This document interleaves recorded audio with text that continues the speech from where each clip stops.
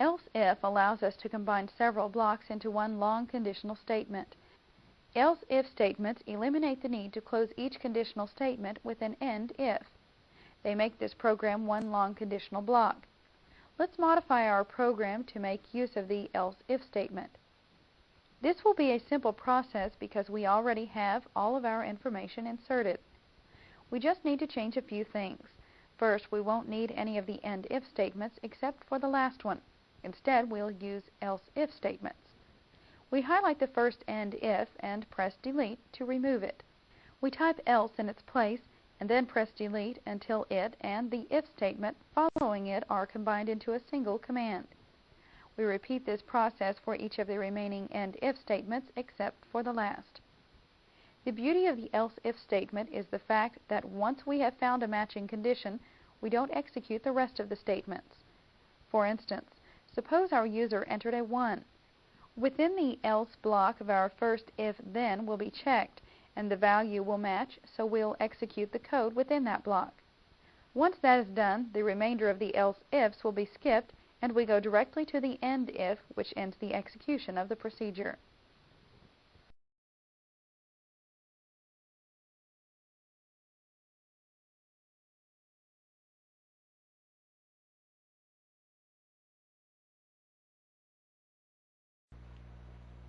Visual Basic also includes a more advanced type of conditional test, the select case statement.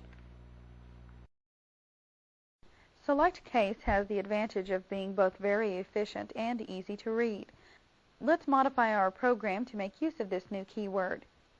Within the else clause, we place our cursor at the beginning of the first if statement and replace it with the keywords select case. Next, we move to the end of the line and remove the equals 1 and the then. We press the enter key to move to a new line and type case 1. Select case tells Visual Basic which variable or control contains the value we want checked, and the case indicates the first value being checked, which in this case is 1. The really nice thing about the select case statement is the fact that not only can we check one specific value, but we can check multiple values. Let's look at how we do this. On the next else if line, we delete everything down to the 2 and replace it with the case keyword. Now, following the 2, we type a comma and a 3. Let's make our message box message more appropriate by adding or 3 inside the quotes. Now, anytime the user enters a 2 or a 3, this section of code will be selected.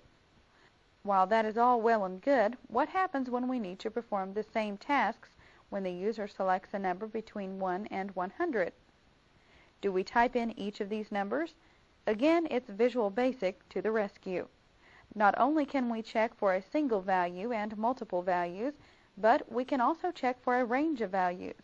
Let's delete everything from the next else if statement to the last one.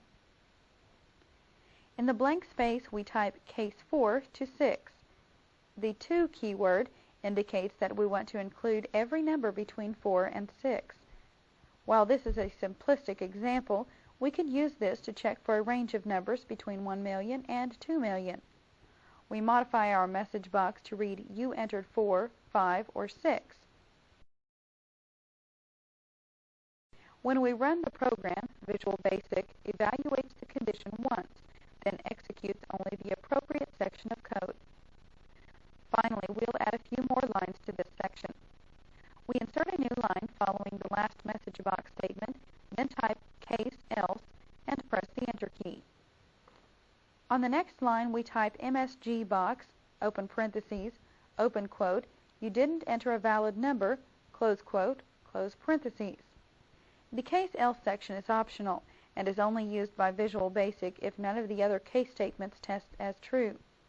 It's a good idea to keep this section in for error handling when coding for user input, because there is no way to tell what a user will enter. Because we cannot expect every user response, a conditional test that looks for any input other than what we are asking for is always a wise procedure.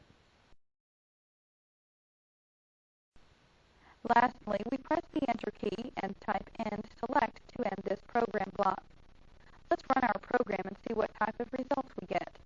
We press F5 and when the program is loaded, Evaluate button, and we are informed we have entered 1. Click OK. Delete the 1 we typed and replace it with a 3. Click the Evaluate button, and we are informed that we have entered a 2 or a 3. We again click OK, and in the text box replace the 3 with a 5. We click the Evaluate button and are informed that we have entered either a 4, a 5, or a 6.